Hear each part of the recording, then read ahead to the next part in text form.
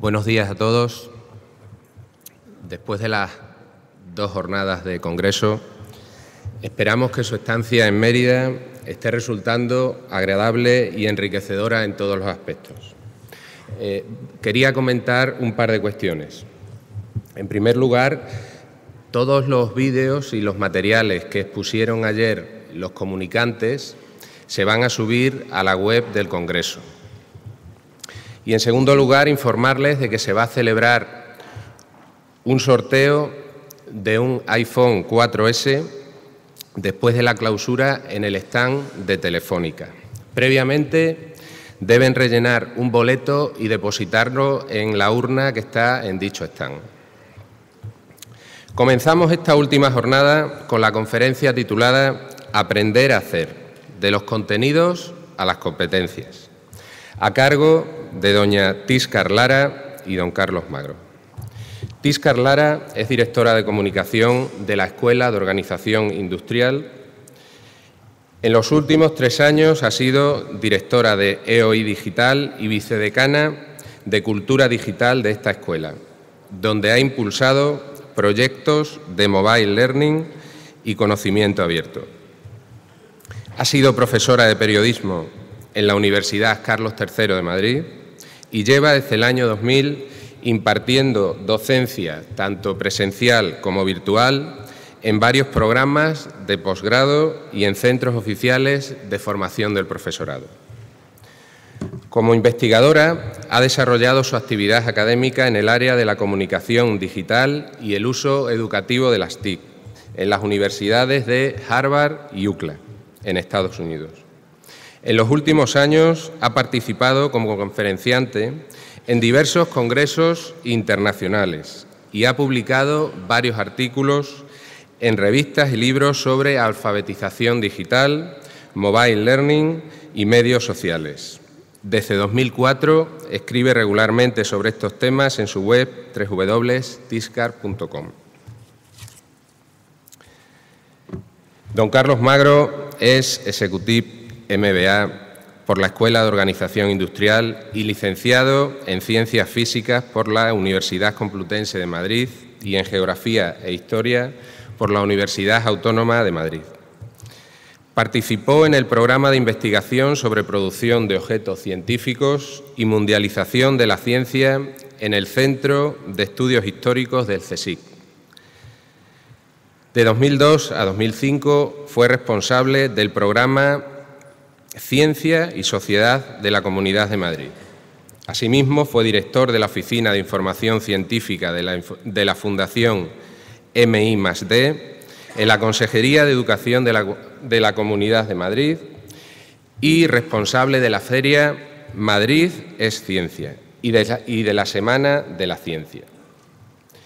Desde 2008 a 2012 ha sido director de Comunicación y Marketing en la Escuela de Organización Industrial, desde donde ha impulsado el proyecto de aprendizaje en movilidad Mobile Learning.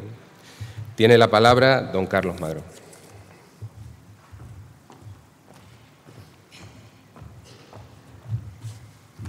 Hola, buenos días. En primer lugar, agradeceros dos agradecimientos. En primer lugar, por estar aquí, sábado 9 de la mañana, después de 3 días de congreso, y es muy de agradecer que hayáis decidido venir a escucharnos. En segundo lugar, también quiero aprovechar para agradeceros el trabajo que hacéis todos los días. Creo que no debemos dejar pasar siempre la oportunidad de agradecer el trabajo que como maestros y profesores realizáis todos los días en el aula. Quiero también agradecer, por supuesto, a todas las personas que han trabajado para organizar este congreso y a la Junta de Extremadura, al Ayuntamiento de Mérida y al Ministerio de Educación. Tengo la suerte de actuar de telonero de una persona que admiro mucho, que es Tíscar. Con ella he compartido, como habéis escuchado hace un momento, los últimos 3 años de vida profesional. la suerte de trabajar con ella es doble, ¿no? Es una persona, y lo vais a ver ahora cuando ella intervenga, que tiene una gran cualidad. Tiene muchas cualidades, pero tiene una desde el punto de vista profesional que es especialmente interesante.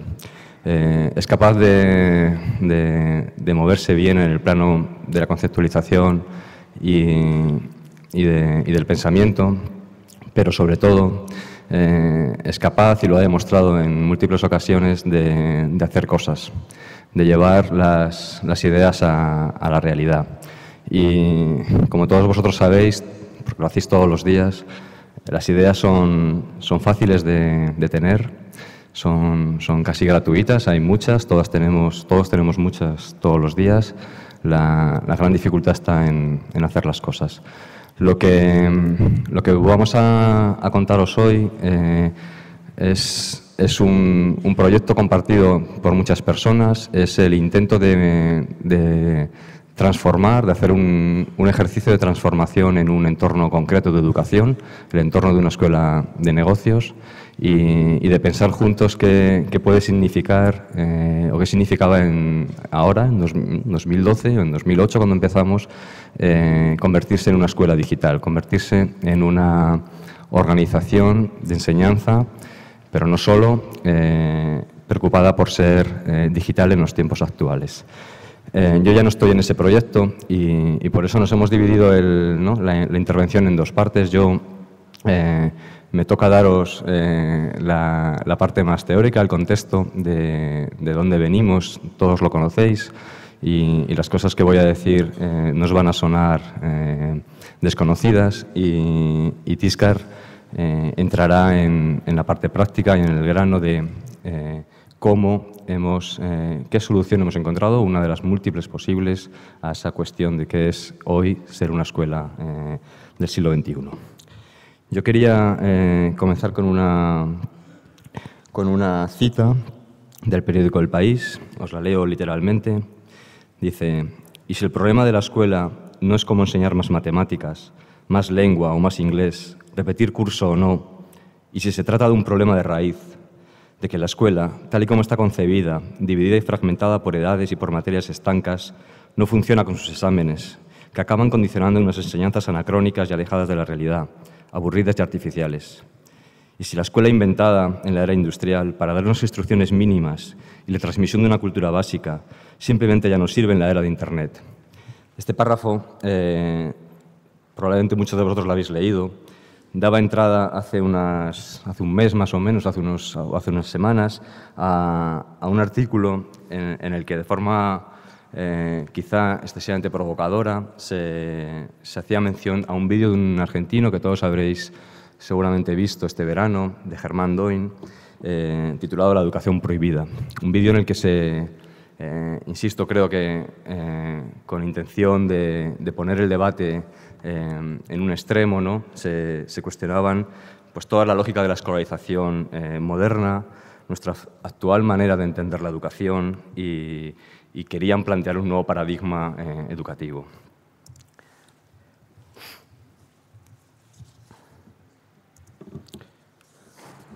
Sigo con cosas de prensa actuales. ¿Qué te hubiera gustado aprender en la escuela? La pregunta que veis la hicieron hace también muy pocas semanas en una revista en Estados Unidos. Es una revista no muy extendida, un poco alternativa, de tendencias, preocupada, según dicen ellos, por ver cómo podemos hacer realidad las ideas, y plantearon esta pregunta a sus lectores, intentando, ¿no?, obtener respuestas. Unos días después, la misma pregunta, ¿qué te hubiera gustado aprender en la escuela?, se lanzaba desde una revista también minoritaria, en español, aquí en España. De esto no hace ni una semana, y es una revista que tampoco se dedica a la educación, es una revista que se preocupa por el diseño, por la innovación, por la creatividad, muy de tendencias y muy minoritaria. Las respuestas en ambos casos, en ambos debates, tardaron muy pocos minutos en llegar. La primera, en la respuesta, en el debate americano, la primera respuesta que apareció venía a decir lo siguiente: me hubiera gustado que alguien me contara que el aprendizaje de habilidades, de competencias, el tener una experiencia real del mundo es mucho más valioso que los títulos. Que alguien me dijera, ¿no?, que el mundo busca gente que solucione problemas y no personas que sepan responder a preguntas de un examen. En el caso español, las respuestas también llegaron enseguida, todas tenían más o menos el mismo tono. Os he señalado tres. La primera decía, además fue la primera que apareció: no es tanto el qué como el cómo. Más que los contenidos, lo que falla son las metodologías, los enfoques. Una segunda respuesta decía: me hubiese encantado que alguien nos hubiese enseñado a poder desenvolvernos mejor en el mundo real, enseñar a trabajar en equipo y potenciar lo mejor de cada uno para conseguir un fin colectivo, dejar de educar en masa para centrarse en las cualidades específicas de cada individuo, que hubiesen quedado atrás los sistemas individualistas de educación, ya que nos vuelven a todos más egoístas. Me hubiera encantado aprender a aprender y que no me enseñaran a memorizar datos que olvidaba después del examen. Aprender a tomar mis notas, mis propias decisiones y a equivocarme, respondía una tercera persona. He querido comenzar la charla de hoy con estos dos ejemplos para demostraros o para demostrarnos la amplitud del debate y el alcance del debate que la educación está teniendo en estos momentos. El primer párrafo provenía de un periódico masivo, conocido por todos, de gran distribución, como es el periódico El País. Las otras dos preguntas, tanto la americana como la española, que te hubiera gustado aprender en la escuela, provenían de dos revistas, no del ámbito educativo, sino de ámbitos mucho más tangenciales, dos revistas minoritarias y dos revistas de tendencias. Lo que quería mostraros con estos dos ejemplos es que la educación, que el debate de la educación, que siempre ha estado ahí, en estos momentos, creo, se encuentra especialmente en boca de todos. Y se hacen eco de él no solo los grandes periódicos, sino también las pequeñas publicaciones de tendencias. La enorme relevancia social, el alto impacto como instrumento de solidaridad y distribución de la riqueza, su importancia en la construcción de un futuro mejor, han hecho siempre del debate de la educación un tema estratégico para gobiernos y de gran relevancia para todos nosotros como educadores, como ciudadanos. No son nuevos, sin embargo, los compases ni mismo la melodía. El debate sobre la necesidad de reformar la educación y sobre el papel de la tecnología en esta transformación ha sido algo recurrente en los últimos 40 años. La diferencia es que hoy la discusión parece haberse extendido, ocupando parte del debate público, abarcando desde un público general hasta un público de tendencias. Las épocas de crisis nos hacen más críticos. Las épocas de cambio nos impelen a cuestionarnos más las cosas. A diferencia de otros momentos, hoy vivimos inmersos en la que quizás sea la transformación más profunda experimentada en los últimos años. Un cambio acelerado por la coyuntura de crisis económica que estamos sufriendo, pero sobre todo por la profunda y disruptiva transformación que está provocando la irrupción del mundo digital en los procesos de diseño, de producción, de distribución y de acceso al conocimiento. Es una transformación que tiene que ver más con el software que con el hardware, más con las culturas que con las industrias, más con los valores que con las tecnologías. El modelo económico y su modelo económico de educación asociado, basados ambos en generar y gestionar la escasez, ha llegado a su fin. El modelo vigente de educación ya no es capaz de dar respuesta a nuestras necesidades cotidianas.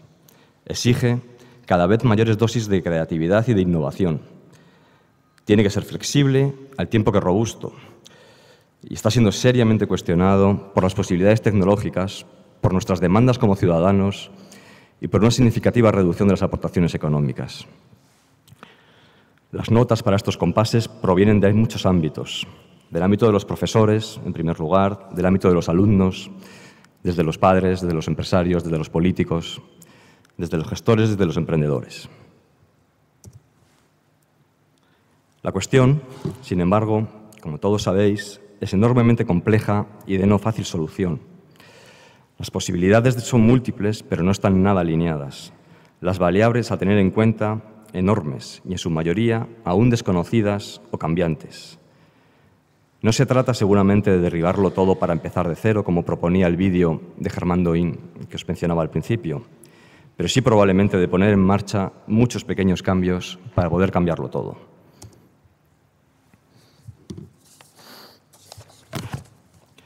Aprender a ser fue el revelador título de un informe de UNESCO de 1972. Ese informe fue conocido como Informe Fauré. Un informe que en su último postulado afirmaba: la educación, para formar a este hombre completo cuyo advenimiento se hace más necesario, a medida que restricciones cada día más duras se fragmentan y atomizan en forma creciente al individuo, solo puede ser global y permanente.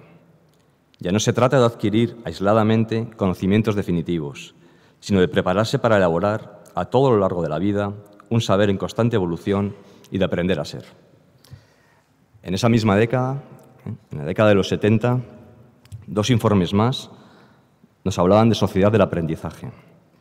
Una sociedad en la que la adquisición del conocimiento ya no estaría confinada al interior de las instituciones educativas. El aprendizaje, todos lo sabemos, no está limitado a un espacio concreto, ni limitada en el tiempo. El aprendizaje no es algo que suceda una sola vez y en un momento único. Una sociedad, la sociedad del aprendizaje, que debería ocurrir en cualquier lugar y en cualquier momento. También por esos años 70, hace 40 años, Peter Drucker diagnosticó el surgimiento de una sociedad del conocimiento. De él, de esa idea de sociedad del conocimiento, me gusta destacar la idea de aprender a aprender. Aprender a aprender, que es, si lo recuerdan bien, lo que sonaba, las notas que sonaban en los comentarios que he puesto al principio cuando preguntábamos qué te hubiera gustado aprender en la escuela. Es decir, el debate político o académico que cuajó en los años 70, ahora en estos momentos ha alcanzado a gran parte de la sociedad. Y las palabras y los conceptos que en aquel momento se escribieron y probablemente se olvidaron, porque no pudimos hacer nada con ellas, ahora tienen mucho más sentido que entonces.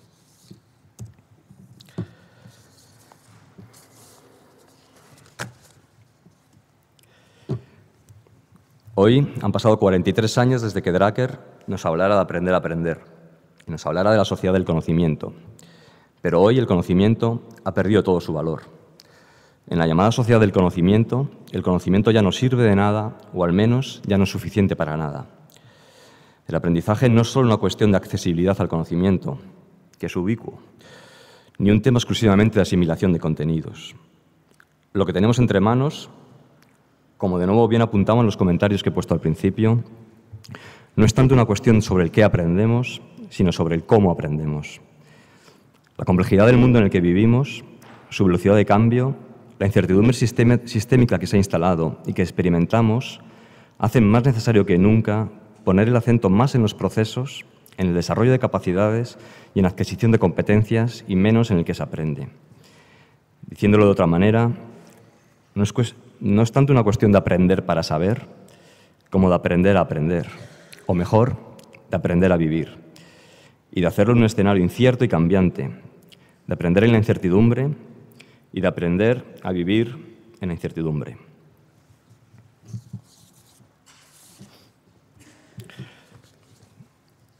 También hoy, 40 años después, recuperamos de nuevo otros conceptos que surgieron en aquel momento. Hoy, cuando los cambios son cada vez más rápidos, cobran una importancia creciente conceptos que son también de los años 60, como el aprender haciendo o el aprendizaje basado en la experiencia. Los empleos del futuro, quizá diríamos ya los empleos de hoy, tienen que ver sobre todo con la producción, distribución, transformación del conocimiento. Pero no se trata tanto de poseer una formación para desempeñar una actividad específica, como de ser capaces de atender las necesidades constantes de reciclaje. Si aceptamos que el aprendizaje ya no es una cuestión de accesibilidad al conocimiento, ni de asimilación de contenidos, De lo que se trata entonces es de ser capaces de asimilar valores y procesos, de adquirir habilidades y competencias como el trabajo colaborativo y en equipo, la gestión del tiempo, la capacidad de buscar, filtrar y priorizar información. Nuestro reto será entonces estimular y apoyar una forma de aprendizaje que favorezca el compromiso, la creatividad, las formas de innovación abierta y el trabajo en red, cooperativo y en comunidades de profesionales. Un aprendizaje útil para la vida y resolutivo para el trabajo. También es el momento de preguntarnos de quién y de dónde aprendemos y de aspirar verdaderamente a la sociedad del aprendizaje que nos comentaban hace 40 años. De aceptar, entre otras cosas, que no solo aprendemos en la escuela, que no solo aprendemos cuando estudiamos y que también aprendemos de los compañeros, de los amigos y de las situaciones. Es un buen momento para aceptar un modelo de educación que incorpore nuevos roles en la figura del profesor, que lo habilite como un facilitador, como un coach, como un mentor, de pensar en un profesor como un conector, como un nodo en una red compleja de aprendizaje. Es el momento de aprender en la clase, pero también en espacios reales, gestionando proyectos, de aprender de y con otros, de aprender adquiriendo conocimiento y de aprender haciendo, de cuestionarnos, por tanto, el qué, el de quién, el dónde y el cuándo. Como vengo diciendo ya, creo que al menos 3 o 4 veces, la música suena desde hace más de 40 años. Pero ahora nos encontramos realmente ante una gran oportunidad para dar soluciones. Las tecnologías de la información y la generalización de una cultura digital hacen que por primera vez sea posible aspirar a la deseada y necesaria transformación del aprendizaje. En un mundo cada vez más global y homogeneizado, la tecnología puede ayudarnos a visibilizar lo marginal y a atender lo particular. Puede ayudarnos a resolver 2 grandes retos de la educación, la accesibilidad y la personalización.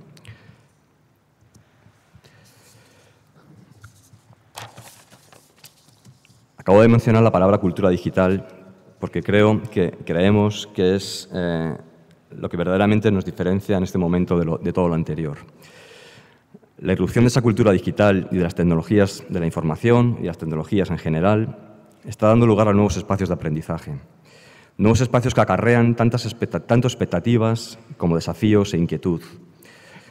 Un mundo abierto y online al que nos encaminamos y que nos pone a todos ante la tesitura de evaluar constantemente nuestras habilidades digitales.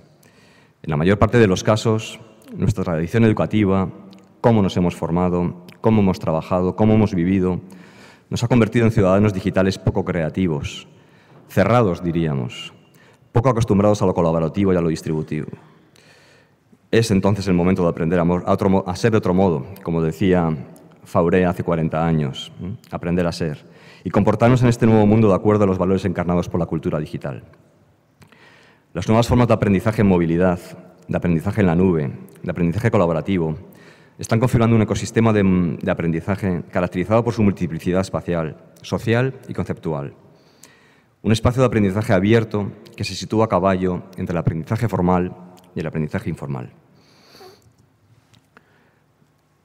La transformación digital, la irrupción de la economía digital han traído consigo, sobre todo, un nuevo etos, una nueva cultura digital compuesta en partes iguales de valores, de habilidades y de formas de hacer. Un etos que ha modificado tanto la forma de aprender como la forma de trabajar. Lo que tenemos delante es una gran oportunidad de cambio. Las soluciones, sin embargo, opinamos, deberán llegar desde las pequeñas acciones, desde el trabajo diario, desde proyectos reales. Es quizá el momento de hacer micropolítica educativa, microcirugía de aprendizaje, de dejar de lado las grandes operaciones, las grandes instalaciones, las grandes leyes, los grandes proyectos. Es el momento, creemos, todo nos lleva a eso, de empezar a hacer cosas desde lo pequeñito. Lo hacéis todos los días. Es el momento de probar y equivocarse. Y este es el final de la primera parte de esta intervención. Lo que viene ahora es un ejemplo, ¿no?, de cómo desde un espacio semipúblico se intentó dar esos pasos. Son pequeños pasos para un gran cambio entre todos. He cerrado con esta foto, que es una cita también de un escritor de los años 70, es Georges Perec, que es, no sé si lo conocéis, es una persona que solo se preocupó por escribir de qué pasaba cuando no pasaba nada, o de qué pasaba con las cosas pequeñas, ¿no? De contarnos los detalles. Se sentó en una plaza de París y escribió un libro contándonos solamente lo que pasaba en esa plaza cuando él estaba ahí sentado. De preocuparse por las cosas pequeñas, ¿no? De preocuparse por lo que sucede de verdad. Y creo que era oportuna, ¿no? Para la idea que queríamos lanzaros, ¿no? De hacer cosas como hacéis vosotros todos los días y procurar que con la ayuda de todos, haciéndolos todos muchas cosas, podamos cambiarlo todo. Dejo el paso a Tiscar. Gracias.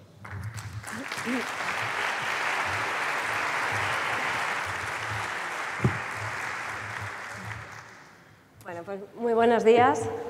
Yo también os doy las gracias, pero más pequeñitas, ahora que Carlos hablaba de lo pequeño, para no extenderme mucho más, porque sus agradecimientos han sido tan amplios que incluso me ha incorporado a mí, pero eso ya lo hablaremos después. Bueno, como habéis visto en la introducción de Carlos, parece claro que todos tenemos claro qué es lo que queremos de la educación, y no de ahora, llevamos décadas y décadas. Y no solo 40 años, nos podríamos ir a mucho más atrás. Toda la renovación pedagógica, todo el pensamiento sobre una educación mucho más abierta, mucho más colaborativa, mucho más social, no es de ahora porque existan redes sociales. Tenemos teóricos y tenemos maestros de aula, tenemos buenas referencias en toda la historia de la educación. El caso es que ahora no solo se hace más posible eso que ya sabíamos que queríamos hacer y que queríamos de la educación. Parece evidente, parece que vemos instrumentos que nos van a facilitar el ser catalizadores, el acelerar ese tipo de cambios que queremos hacer. Pero aparte de posible, también parece urgente, precisamente porque tenemos esos instrumentos. Ahora es el momento, tiene que ser el momento. No nos quedemos otra vez en reflexionar, en el aprender a hacer, en el aprender a aprender, que no es nuevo, eso lo tenemos clarísimo, no es nuevo, no nació con lo 2.0, es mucho más grande que todo esto, pero sí que todo este avance tecnológico y toda la cultura digital que lo envuelve y que lo transforma, hace que ahora tenga que ser el momento de empezar a hacer cosas. Nos entra mucha angustia, salimos de este tipo de encuentros pensando, bueno, ¿y yo qué hago? He visto proyectos maravillosos, con financiación, que se han puesto a producir contenidos, que se han puesto a hacer esto, lo otro, pero yo soy muy pequeño, yo no puedo, no sé por dónde empezar. Ese es uno de los mensajes o de las percepciones que deberíamos ir intentando cambiar, con esa idea de yo sí puedo. Cada uno desde nuestro espacio, desde nuestro rol, en cada momento, según dónde estemos y qué lugar ocupemos, podemos hacer mucho, podemos hacer mucha microcirugía, mucha experiencia, mucho experimento, mucha actividad, mucha posibilidad, desde lo más micro hasta lo más macro, en un ecosistema que entre todos, de hecho, ya estamos cambiando. ¿Qué nos planteamos nosotros? Para que veáis cómo aterrizamos y cómo nos lanzamos al hacer, ¿no? Vamos a intentar esto que ya sabemos que queremos conseguir, cómo podemos hacer, cómo podemos encaminar, diseñar actividades, diseñar metodologías, reutilizar lo que tenemos, introducir cosas nuevas, tecnologías nuevas, para poder orientarnos hacia ese fin. Y eso es lo que hicimos. ¿Ahora se pondrá? ¿Sí? Bien. Lo que hicimos en este proyecto, que podemos rotular por darle un nombre como Mobile Learning dentro de la Escuela de Organización Industrial y que empezamos hace 3 años y en el que seguimos trabajando, cuando nos planteamos, bueno, ¿y cómo desde este escenario, una escuela de negocios, una escuela que es pública, es una fundación pública, ¿cómo la podemos transformar? ¿No? ¿Cómo la podemos llevar a esa idea de escuela digital que tenemos, de aprendizaje digital que tenemos? Bueno, pues ese proyecto nace también de una reflexión. Está bien que sepamos a dónde queremos ir, pero siempre conviene pararse y volver a pensarlo y ver cuáles son las experiencias del entorno, qué nuevos instrumentos, qué tecnologías, ¿no? Para darnos también una contextualización, un lugar, ¿no? en ese contexto. Y en ese momento, en un trabajo de plan estratégico, de revisión sobre quiénes éramos, ¿no? Que eso conviene hacerlo siempre, en todos los ámbitos de la vida, pararse de vez en cuando y decir quién soy, ¿no? Qué quiero, a dónde quiero ir, ¿no? Por qué, quiénes son mis acompañantes, etc. En ese trabajo que hicimos ya intentamos poner negro sobre blanco cuáles eran las inspiraciones de las teorías y de las prácticas del campo educativo que nos servían a nosotros como modelo y como brújula, ¿no? Como brújula y también como faro, ¿no? En el camino. Y ya, esto os estoy hablando de 2009, ahí ya nos parecía que era crítico trabajar sobre los contenidos. Estamos en un congreso que es fundamentalmente sobre contenidos educativos digitales, pero es que no se puede hablar solo de contenidos educativos digitales, ni se puede hacer solo un proyecto de contenidos educativos digitales. Y de hecho lleváis todo el congreso hablando de muchas más cosas, porque es un elemento, ¿no? Dentro de un concepto mucho más amplio, ¿no? De educación.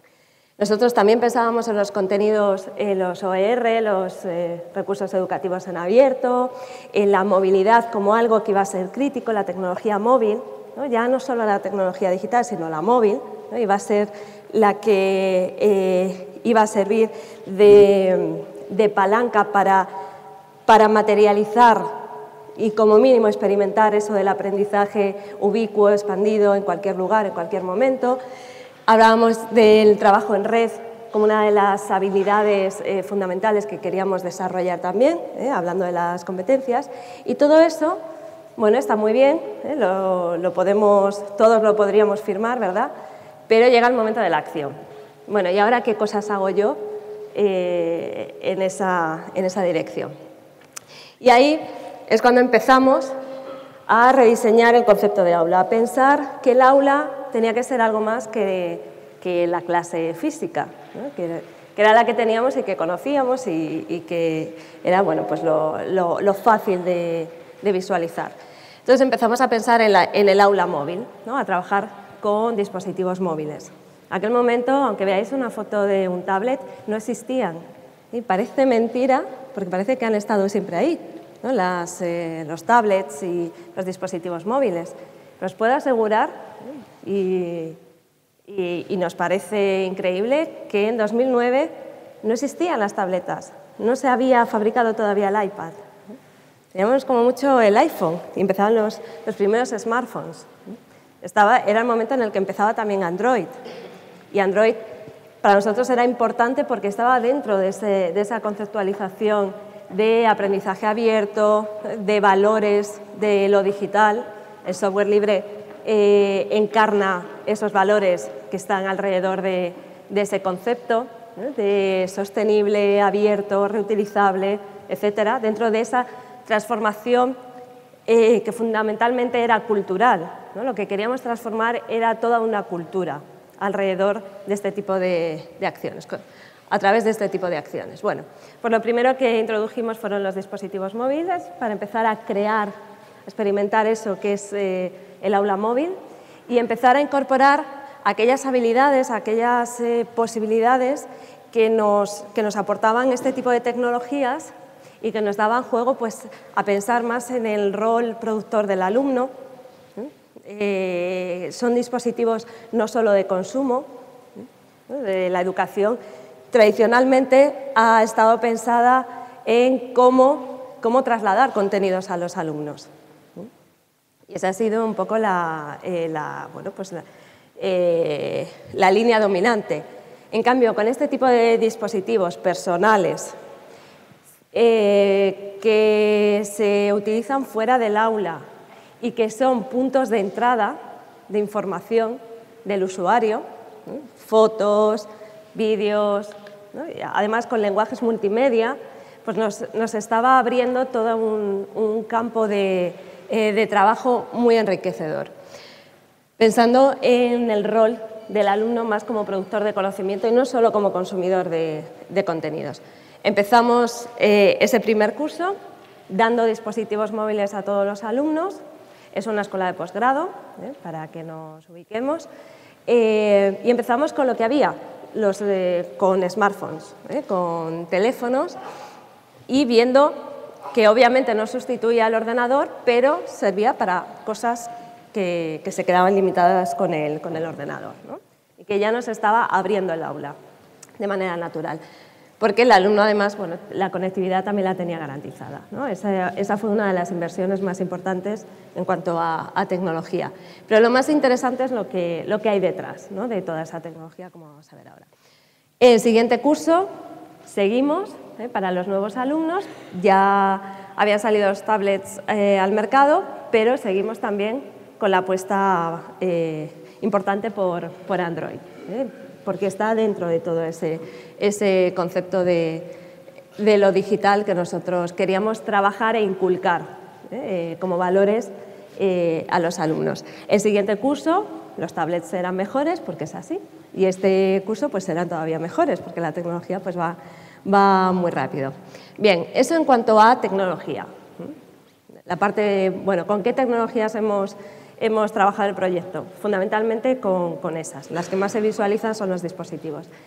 Pero lo que hay detrás de todo ello, y en lo que pusimos mucho esfuerzo y mucho interés, era en diseñar el ecosistema de aprendizaje. Qué tipo de herramientas, qué tipos de entornos, qué tipos de contenidos, qué tipos de habilidades y de actividades se van a movilizar alrededor de ese entorno de aprendizaje. Y siguiendo con la conceptualización de aulas, teníamos obviamente una plataforma, que la podemos pensar como el aula digital clásica, que cuando alguien habla de aprendizaje online, pues la primera imagen que le viene a la cabeza es una plataforma. Pero la plataforma, si solo nos quedamos ahí, estaríamos reproduciendo el mismo modelo de aula física educativa. Sería el aula donde estamos los que somos, solo los alumnos, solo los profesores, y todo sucede en estas 4 paredes. Lo mismo lo podemos trasladar como un efecto espejo a un aula digital, una plataforma, en nuestro caso Moodle, por razones obvias también de apuesta por sistemas de código abierto, pero independientemente de eso, aunque fuera con otro tipo de sistema, las aulas digitales replican un poco esa lógica. Por tanto, se nos quedaba corto, o sea, no era suficiente para trabajar esos 3 elementos que nos habíamos marcado de partida, que eran claves. El hecho de ser una escuela digital, un modelo digital abierto y colaborativo, que parecen la misma cosa y tienen mucho que ver entre sí, pero que cada uno de esos elementos está diciendo mucho.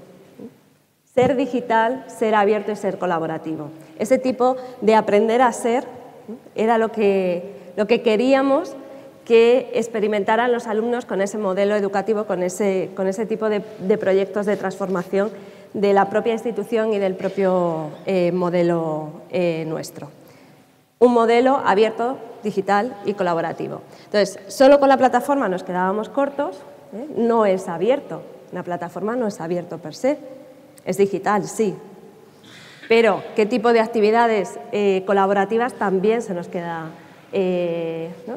cojo. Hay que seguir ampliando el diseño. Bueno, empezamos a trabajar para ir complementando no tanto los contenidos, que es una parte muy importante del modelo, y veremos ahora, sino las competencias, las habilidades, la experimentación de los alumnos de verdad adquirir ese tipo de valores y de destrezas de ser abiertos, digitales, colaborativos, capaces de trabajar en red, ¿no?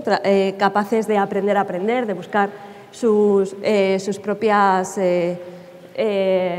propios contenidos, sus propias necesidades de información para su manera de trabajar. Empezamos a trabajar también con blogs. No era tanto crear nosotros contenidos para los alumnos, sino ayudarles a ellos y motivarles a ellos, junto con los profesores, a ser productores de contenido, a ser capaces de aprender a escribir en público, a tener un razonamiento compartido, abierto, en una plataforma de blogs. No os voy a contar yo ahora, después de tantos años, ¿verdad?, que llevamos trabajando con los blogs, desde el punto de vista educativo, cuál es su potencial, cuáles son cuáles son los aprendizajes que están alrededor de tener un blog. Entonces, introdujimos el trabajo con blogs, pero de una manera que conciliaba la parte más académica, más curricular, por utilizar términos más pegados a la escuela, con la parte más de desarrollo personal, de creación de portafolio personal. Por eso le dimos un blog a cada uno de los alumnos. Un blog en la plataforma pública, no es un entorno cerrado, seguro y controlado y moderado, sino directamente a la plataforma pública de la escuela.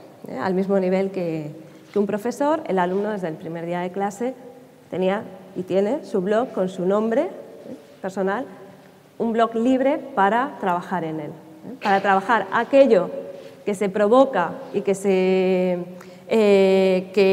se dispara, que emana del aula, pero aquello también en lo que quiera seguir desarrollándose, para ir construyendo su propia expertise, ¿no?, y reconocimiento en un ambiente abierto como es un blog. Empezamos a trabajar también con la idea de aula abierta. Con el blog, sobre todo, desarrollábamos esas competencias más individuales. Blog personal, individual, aparte de una arquitectura de sindicaciones y blogs colectivos que había por encima, pero sobre todo blog individual. Pero queríamos trabajar también el potencial de lo abierto, de estar en público, pero desde el punto de vista del grupo, ¿no?, más como órgano, ¿no?, el grupo de la clase como un órgano vivo que está mostrando el aula. Entonces, ¿cómo llevar esa idea de abrir el aula, de hacer los muros transparentes, que es además una metáfora que se repite mucho en toda la teoría educativa, ¿no? Es como muy simbólica. Siempre pensar en que el aula tiene paredes de cristal. Bueno, pues ¿cómo llevarlo? ¿Cómo poder hacer ver al mundo que podía asomarse a nuestro aula? ¿No? Algo que en lo físico es muy limitado, no podemos hacerlo, en lo digital es sumamente rico y posibilitador. Es cuestión de pensar cómo reutilizar todo eso que tenemos a nuestra disposición. Y en nuestro caso lo hicimos con algo muy sencillo. Todo lo que estáis viendo es muy sencillo de implementar desde el punto de vista tecnológico. Lo más complicado es desde el punto de vista cultural. Siempre los cambios culturales son más difíciles, pero lo tecnológico es una llave, es una palanca de lo cultural. Independientemente de los dispositivos, ¿no?, si darlos o no darlos, pero cada vez tenemos más tecnología de bolsillo entre todos y podemos hacer más cosas. Os digo también, me anticipo, para que vayáis viendo las posibilidades de transferencia, de coger ideas, de ver que es posible y que no son cosas ni muy caras ni muy inaccesibles, sino que es cuestión pues, de ecualizarlas, ¿no?, y de ajustarlas y de diseño, fundamentalmente de diseño de qué voy a utilizar, para qué, por qué, para qué tipo de competencia, destreza que quiero desarrollar, ¿no?, y cómo lo ajusto, cómo lo configuro. Bueno, empezamos a trabajar también la idea de aula abierta y transparente con Sites de Google. Al trabajar con Android, con los dispositivos móviles, pues trabajamos de una manera muy intensa con cuentas de Google con los alumnos desde el primer momento, porque también pues, nos daba todo ese potencial del trabajar en red, de los documentos compartidos, en fin, una serie de habilidades que son buenas para cualquier profesional, el ser capaz de trabajar en la nube y de una manera colaborativa. Pues explotando las posibilidades de los sites, empezamos a crear aulas, sites de programas para cada máster, para cada grupo, donde enseñaba al mundo, de manera totalmente pública y accesible, pues su aula, quiénes somos, nuestros proyectos, nuestras clases, con el calendario de clases, nuestra documentación y área reservada con un enlace para entrar al aula virtual, ¿no? Al aula digital con sus claves. Era un intento de hacer transparente el aula, de enseñar, de mostrar. ¿Por qué? Porque es bueno. Porque es bueno también para quien está dentro del aula, ¿no? El saber que lo está compartiendo con otros. Y porque también le permite mirar en el aula de al lado. Uno de los problemas también de la educación, y seguramente haya salido en este congreso, son los compartimentos estancos, ¿no? Los itinerarios aislados, la dificultad de trabajar de manera interdisciplinar, ¿no? El buscar sinergias conjuntas. Hacer ese tipo de trabajos por proyectos necesita fórmulas de comunicación y de interrelación para poder crear ese tipo de vínculos. Y asomarse al aula de al lado es algo muy enriquecedor, pero algo muy complicado, porque tú estás en la tuya, ¿no? Cuando estamos en lo físico es muy limitado. Ya me gustaría a mí saber lo que están haciendo. Cuando yo estudiaba en la universidad, ya me hubiera gustado saber meterme en un aula de Derecho o meterme en un aula de Biológicas, pero era imposible porque el tiempo es discreto y el espacio también. Yo estaba en la mía. Entonces, ¿cómo buscar maneras para hacer aflorar toda esa riqueza que podamos por lo menos compartir como mínimo el calendario? Algo tan simple, tan micro, como decía Carlos, ¿no? Simplemente saber que en el aula de al lado, pero en la de al lado de verdad, en la puerta de al lado, hoy están viendo un tema concreto con una persona concreta que está visitando y está sucediendo ahí. Pero si no tengo esa información, esa capacidad de mirar de manera transversal, no lo voy a saber nunca, con lo cual pierdo esa oportunidad, ¿no? de integración. Bueno, pues son esos pequeños detalles que van encaminados a ese tipo de objetivo. ¿Qué más hicimos? Pues también trasladar, y esto utilizando los Google Sites, que es algo muy, muy sencillo de trabajar, muy low-tech, para los proyectos de grupo. Esto es algo tan sencillo como crear una plantilla, pero no tiene por qué, crear sites para cada proyecto, para cada grupo de alumnos que están trabajando en un proyecto, donde ellos son los administradores y donde ellos van publicando sus avances, dicen quiénes somos, bueno, crean un portafolio, un work in progress, pero también público y accesible, que ese es uno de los elementos clave, para que se puedan ver entre ellos también, para que se puedan mirar entre ellos y para que el mundo les pueda mirar y puedan conectar, ¿no? Pueda haber oportunidades de colaboración. Los contenidos. Obviamente tenemos que trabajar en los contenidos. Si estamos transformando el modelo de tal manera que el aula se expande, es transparente, pero es que además es abierta, ¿no? Se derrama, sale fuera y conecta con otras esferas, con otros pares, con otros expertos, con otras fuentes de información. Necesitamos que los contenidos que generamos, lo que generamos en el aula, lo que generamos como profesores, sea accesible y no solo limitado al aula,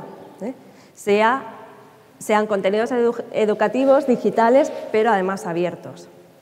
Por eso empezamos también, de manera paralela, con un repositorio de contenidos digitales, publicando en abierto todo ese material de aula que estaba en el histórico, digitalizando y poniendo a disposición, y además colgando todo lo que se iba generando. A Ignacio Savia, que es un repositorio que tenemos accesible con licencias Creative Commons, obviamente, descargable, insertable, pero no solo con la documentación, ¿no?, más estándar, la documentación texto, sino también invirtiendo esfuerzo en crear cada vez más tipos de materiales distintos. Materiales en formato vídeo, materiales en formato audio incluso. Hemos pasado vídeos a audio para que sea más fácil de seguir, ¿no?, para que pueda el alumno escoger en cada momento cuál es el formato que le es más cómodo en función del dispositivo, del momento, del lugar en el que esté. Todos esos documentos, como os decía, todo se puede descargar, o sea que no solo le damos la licencia para que sea reutilizable, sino que además damos la opción de que sea fácilmente reutilizable, porque si nos quedamos solo en incrusta aquí y allá, nos quedamos un poco a medias, ¿verdad? Bueno, ¿qué más ideas de aula? El aula en red. Y aquí las competencias digitales que queríamos trabajar, y de una manera también muy intensiva y muy transversal, muy como de suyo, como algo natural que haces cuando estás haciendo otra cosa, que esa es la manera más interesante de integrar las destrezas, era el trabajar en la experimentación, ¿no?, en la vida digital de nuestros alumnos, en acompañarles en esa construcción de identidad digital, de saber ser y estar en las redes sociales, el saber pues, ser un ciudadano digital, ¿no?, con identidad propia, con una huella que uno va construyendo y que tiene que aprender a construir de una manera profesional, responsable, con estrategia, en fin, el incorporar los elementos educativos y de aprender a ser y aprender a vivir y aprender a trabajar en el día a día del alumno, como algo muy transversal y muy insertado también con su, con la parte más de materia, de trabajo, en fin, de la clase, ¿no? No algo aparte. Aquí están las redes, pero aquí estamos a hacer cosas serias, ¿no? Las hacemos en otro sitio, no. Vamos a llevar trabajo, ¿no? Vamos a llevar aquellas experiencias que sean susceptibles de ser enriquecidas en esos entornos, vamos a aprender a vivir también en esos entornos y vamos a vivir con vosotros en ellos. No es algo aparte de la clase, sino que es algo interesante en el que queremos no enseñaros, sino experimentar, ¿no? y vivir y convivir con vosotros ahí. Por eso, algo que le damos mucha importancia es el que sean capaces de tener un perfil cuidado, actualizado en LinkedIn, en Twitter, que sean capaces de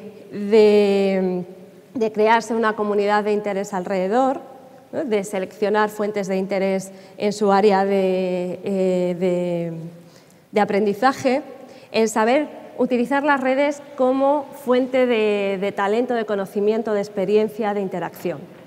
Eso es algo en lo que trabajamos mucho con ellos. ¿Qué se llevan aparte? Pues unas habilidades digitales, no son unos contenidos, esto no son unos contenidos. Esto es un saber moverse y saber ser y estar, como os decía, en el mundo digital, ¿no? En lo digital. Y además, bueno, pues les damos como un escaparate para visualizar, ¿no? Y darle mayor presencia a su trabajo. Pero, y ya voy terminando, podría extenderme mucho más, pero no es el caso. Por ir un poco más a lo concreto para el cierre, simplemente quería dejar esta idea he ido hablando mucho de cómo transformar, ¿no? todo un modelo, cómo lo hicimos desde un punto de vista de escuela, ¿no? muy desde arriba, muy pensado, muy alineado. Hay otras maneras de hacer, y todas las conocemos y todas las hacemos en el día a día, ¿no? También hay que trabajar muy desde abajo y coordinar, ¿no? Todas esas direcciones. Tiene que ser algo muy integrado, ¿no? en los procesos de cambio. Pero también quería traer esta reflexión de cómo lo digital es algo más, ¿no? que pensar en lo virtual, ¿no? Que pensar en la tecnología concreta, que pensar en la herramienta concreta, que lo digital es algo que acaba transformando también lo físico. Lo físico se tiene que transformar, precisamente por lo digital, porque no es algo aparte, no es, tenemos el aula física de siempre y ahora hacemos muchas aulas virtuales, ¿no? La digital, la abierta, la pública, y tenemos toda esa nube de ecosistemas alrededor de la física, sino que la física ya no puede ser la misma tampoco. Hay que meterse y hacer obras, cosas así de sencillas, porque los espacios nos condicionan y nos facilitan o nos impiden una serie de habilidades y de formas de trabajo. Si estamos yendo hacia el trabajo colaborativo, el trabajo en red, si todos tenemos claro que no se trata de memorizar, ¿no? Sino que se trata de movilizar, ¿no? Los conocimientos, de ponerlos al servicio de resolución de problemas, ¿no? de resolverlos en grupo, etcétera, no nos valen los espacios tal y como los teníamos diseñados. Si el profesor ya no es el centro, ¿por qué las aulas, ¿no? Todas miran de frente y el profesor está mucho más arriba? En fin, vivimos en la contradicción constante y es lógico que vivamos en ella. Pero tenemos que ir viendo también, siendo conscientes de la contradicción y de cómo ir configurando para que todo esté mucho más armonizado. Eso a nosotros nos ha implicado cambios físicos, desde transformar totalmente la biblioteca. Ya no es el sitio donde voy con una ficha para que me saquen un libro que está en un sitio oculto, muy bien ordenado pero muy oculto, y donde yo me pongo a trabajar solo, a leer, a memorizar. Ya no puede ser eso. Si los contenidos, el conocimiento ya está accesible, lo tenemos en repositorios, ¿no? Que son fácilmente usables, la biblioteca ya tiene que ser otra cosa, ¿no? Porque necesitamos otro tipo de espacios. Claro que es muy útil y muy necesaria, pero con otro tipo de funciones. Eso es algo que nosotros también hicimos, cambiamos totalmente, tiramos muros, la hicimos más abierta, con distintas mesas para el trabajo en grupo. El silencio, ¿no? Aquí tenemos que estar todos concentrados, pues no era útil, ¿no? Porque necesitamos hablar para trabajar, para compartir. Era y es, ¿no? Se ha convertido en otro tipo de espacio, ¿no? Para otro tipo de necesidades. Lo mismo, algo tan sencillo como el wifi, ¿no? El wifi libre, poner un wifi, y esto también es una microacción, que todos, en la medida en que podemos, pues tenemos la capacidad, ¿no? de llevarla a cabo, que es, bueno, pues facilitar. Si estamos hablando de la conexión, del trabajo en red, ¿no? del movernos en distintos entornos, del público al privado, del individual al colectivo, bueno, pues tendremos que facilitar que lo físico también nos ayude a esa ni siquiera entrada y salida de entornos, porque, y esto seguro que Antonio, que esto de los entornos lo explica muy bien, os lo va a expresar mejor después. O sea, el tema es que estamos viviendo en un mismo entorno, no es ponerse, ¿no? Cuando hablamos de lo virtual parece que nos vamos a un sitio muy distinto, ¿no? como Alicia en el País de las Maravillas, sino que es el mismo entorno, sencillamente son modulaciones, ¿no? Tenemos una mayor intensidad en red en unos momentos o tenemos menos, pero estamos en el mismo, con lo cual, ya que hablamos de ecosistemas, o sea, el fluido, las condiciones del entorno tienen que estar también adaptadas, ¿no? Para que podamos desarrollarnos con toda la capacidad en ese tipo de interacciones, ¿no? que son intermitentes, pero que están dentro de la misma esfera, entre lo físico y lo virtual. Por eso el tener redes abiertas pues parece una tontería, pero pero cambia muchísimo las cosas, ¿no? Os llamaría la atención cómo cambia algo tan absurdo como quitar la contraseña o quitar un filtro de navegación.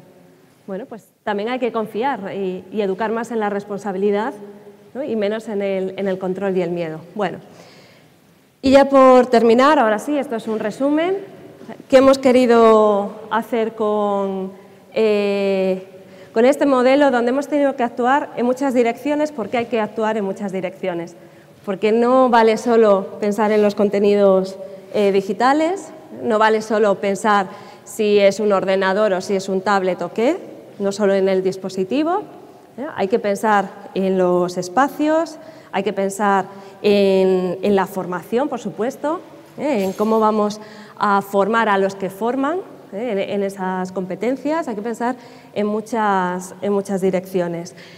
El resumen de cómo llegar a esas habilidades, a esas competencias, pasando por los contenidos, pero los contenidos y más cosas, pero sobre todo el para qué, para ese ser digital, al final se resume en este esquema, que yo os lo he ido contando de otra manera más lineal, pero es el ecosistema de entornos, herramientas, prácticas y competencias. Aula digital sí, ¿para qué? ¿No? Para ese tipo de interacción. Blogs sí, ¿para qué? Para el portafolio individual, abierto.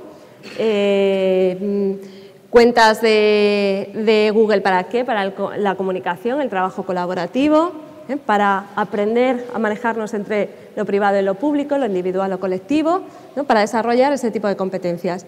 Y las redes sociales, ¿no? Y la creación de identidad digital también, porque es una competencia fundamental que tenemos que integrar, pero no aparte. Y hoy vamos a ver esto, ¿no? Como y ahora toca el enlatado de las redes sociales. No, las redes sociales es un entorno más y lo tenemos que ver al principio de curso y nos tenemos que mover en ellas de manera natural, ¿no? A lo largo de ello. Y de ahí pues, desarrollaremos ese tipo de habilidades. El trabajo, otra de los resultados, es simplemente un resumen, el trabajar con la identidad digital y profesional es una de las habilidades, como os decía, como os vengo diciendo en toda la intervención, que nos parece crítica, que tiene que salir de todo esto. Y el hacer realidad desde las experiencias concretas, facilitando que de verdad sea posible el aprender en cualquier momento y en cualquier lugar. Por lo menos facilitar que sea posible. Favorecer las condiciones del entorno para ese trabajo en grupo, para ese trabajo fuera del aula, más allá del aula, para ese trabajo, para ese ser, aprender a vivir digital, abierto y colaborativo, con todo lo que eso encierra, hasta que llegue un momento que cuando hablemos de digital ya estemos hablando de abierto y colaborativo, cuando hablemos de abierto ya estemos hablando de digital y colaborativo, y cuando hablemos de colaborativo estamos hablando de abierto digital, que acaben siendo la misma cosa porque se desarrollan los valores, las habilidades, los conceptos, las maneras de aprender a aprender que cada uno de esos conceptos nos aporta y que nos interesa que acaben siendo uno solo. Esto ha sido un ejemplo de cómo nos hemos lanzado al hacer, y este sería el mensaje que me gustaría dejaros. Hemos visto que tenemos las cosas claras desde hace muchos años, ya sabemos que sí, que las competencias, el aprender a hacer, el aprender a vivir, el trabajo por proyectos, en fin, todo eso no es nuevo. Los nuevos somos nosotros. Estamos en este momento, en este contexto, en este lugar y podemos hacer que eso sea posible desde nuestras acciones, ¿no? Cada uno desde el lugar en que pueda transformar su aula y su entorno. Y con esto os dejo. Hemos empezado justo hace una hora y hemos terminado en una hora. Gracias.